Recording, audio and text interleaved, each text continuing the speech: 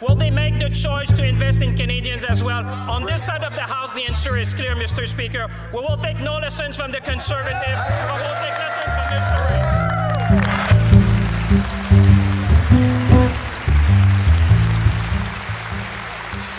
The Liberals have sacrificed the future of young Canadians. The deficit is a massive $80 billion this year. More inflation, higher costs. The Prime Minister...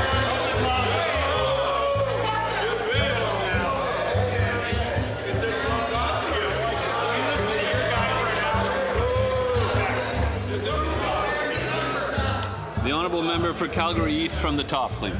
Numbers don't lie, Mr. Speaker. The Liberals have sacrificed the future of young Canadians. The deficit is a massive $80 billion this year. More inflation, higher costs.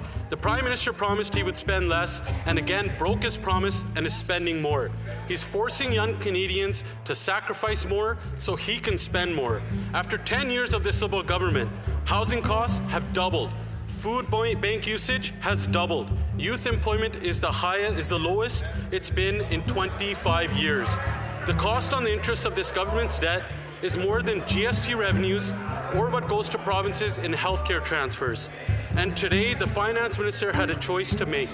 Food prices could have came down. They could have been cheaper, but again, he refused to do this. The Liberals kept in place their industrial carbon tax, their food packaging tax, the clean fuel standard, and added $18 billion of inflationary fuel to the fire. Why did the Finance Minister leave in place Liberal hidden food taxes and force higher food costs on single mothers, seniors, and young Canadians?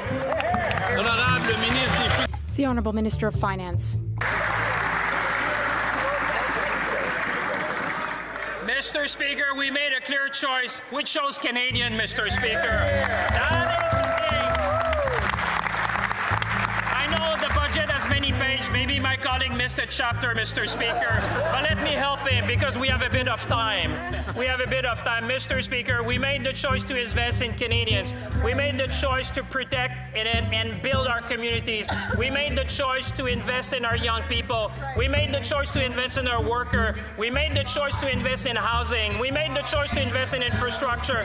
We made the choice to invest in productivity and competitiveness. We made the choice to invest in our defense, Mr. Speaker.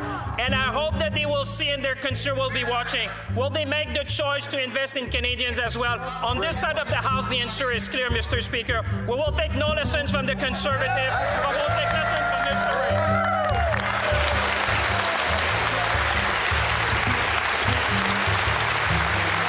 Resuming debate, the Honourable Leader of the Opposition.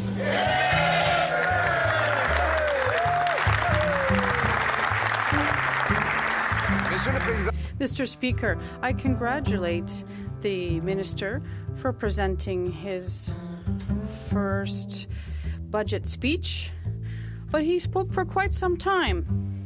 And given this Liberal government is adding almost $10 billion to our national debt every hour, it must be the most expensive speech in the history of this Parliament. Minister for his first budget speech. It was a very long speech. And given that this government is adding about $10 million to our national debt every single hour, I think we can say that while talk is cheap, it's very expensive when a Liberal finance minister does it.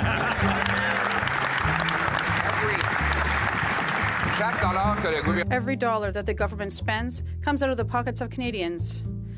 And the more they spend, the more things cost. And that's why the Liberals doubled the cost of housing and lineups at food banks. And that's why we wanted an affordable budget for a more affordable Canada. This government is the most expensive in Canadian history.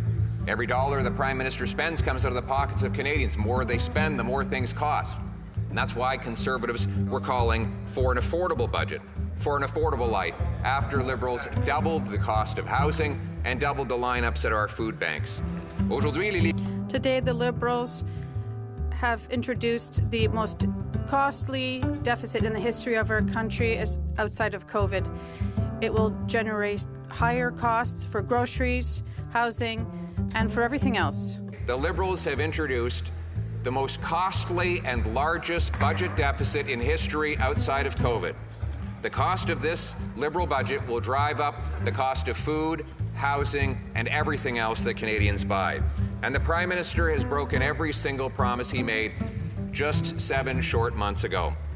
He promised a $62 billion deficit. He delivered nearly an $80 billion deficit, $16 billion bigger than he promised and twice the size that his predecessor left behind. He promised to lower the debt to GDP ratio. He raised it, and inflation along with it. He promised to spend less. He's spending $90 billion more, costing $5,400 per family in Canada. And that $90 billion, to the Prime Minister's heckles, is above and beyond the promised $16 billion that he says he will one day find. And if he doesn't find them, it will be over $100 billion in brand new spending to respond to the Prime Minister's heckles, Mr. Speaker. He also promised that he would invest more. His own budget document lays out a graph showing that every quarter of this year will see private sector business investment collapse. This costly budget forces Canadians to spend more on debt interest than on healthcare transfers.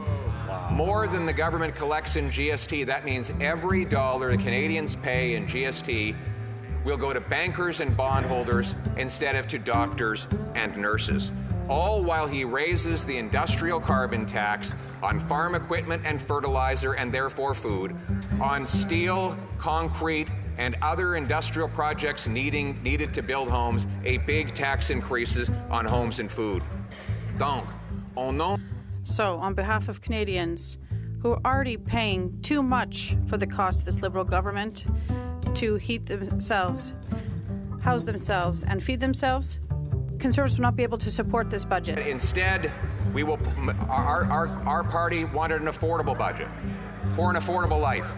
And on behalf of all the Canadians who can no longer afford to eat, heat, or house themselves because of Liberal inflation, we Conservatives cannot support this costly Liberal budget.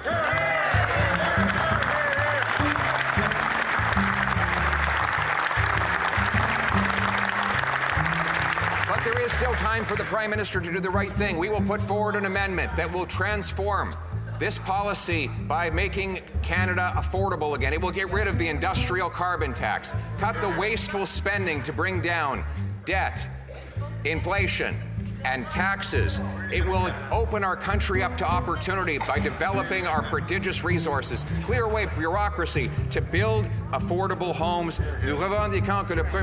We want the Prime Minister to accept our amendment to make life more affordable for Canadians, to make their paychecks stronger and our economy more independent. That's the approach we're going to propose. We're proposing an economy that's more affordable for our young people, that is safer for seniors, and that protects Canada's promise for everyone who works hard. Full future. For our young people, we want homes, jobs, and hope. For our seniors, we want affordability, and we want for all Canadians who work hard to bring back the promise of Canada. Thank you very much. And with that, Mr. Speaker, I move, second by the member for Edmonton Gateway, that the debate be now adjourned. Thank you.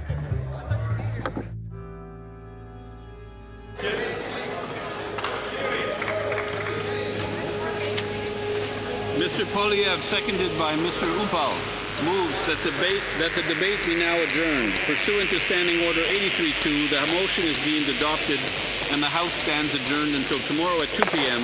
pursuant to Standing Order 24-1. Thank you.